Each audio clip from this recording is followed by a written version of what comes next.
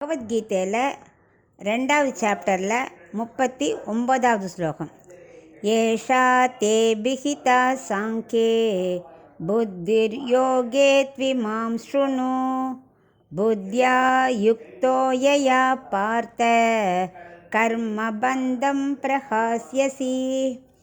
இப்போ இதுக்குள்ள அர்த்தத்தை பார்க்கலாம். அதுக்கு முன்னாடி அவர் உபனிஷத்துனா என்ன அதை பற்றி கொஞ்சம் விளக்குறார்.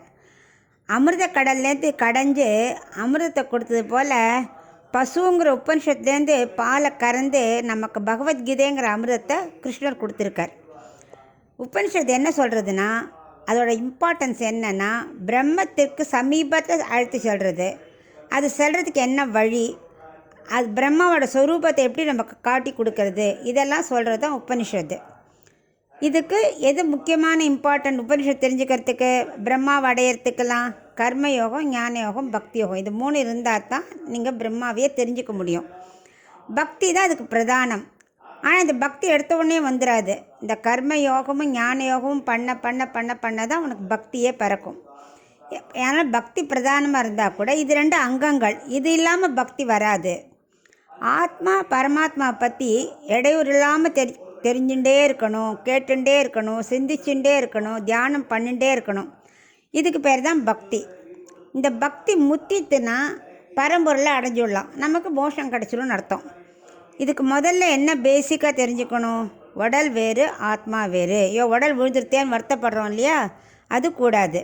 ஏன்னா ஆத்மா மோட்சத்தை போய் அடைய போகிறது, அடுத்த பிறவி வேண்டாம் அப்படின்னு அது மோட்சத்தை போய் அடைய போகிறது, அது நல்ல ஆனந்தமான இடத்த அடைய போகிறது. ஸோ அந்த அறிவு நமக்கு தேவை. அந்த அறிவும் ஆற்றலும் எது தெரியுமா? கர்மயோகம், ஞான யோகம். அந்த அறிவு இருந்ததுன்னா பக்தி ஆட்டோமேட்டிக்காக நமக்கு வந்துடும்.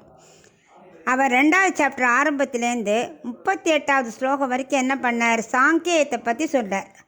சாங்கேயம்னா என்ன? புத்தியால் அறியப்படும் ஆத்மா.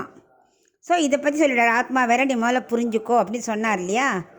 ஆனால் இப்போ அவ ஏன் கர்மயோகத்தை ஸ்டார்ட் பண்ணுறாருன்னா, இன்னும் அர்ஜுனனுக்கு தெளிவு ஏற்படலை. இன்னும் அவன் பீஷ்மரை கொல்லணுமே, குருவை கொல்லணுமே, அந்த போயிடுவாளே அந்த டென்ஷன் அவனுக்கு இன்னும் போகலை. ஸோ அதை முதல்ல அவனை தெளிவுபடுத்தணும்.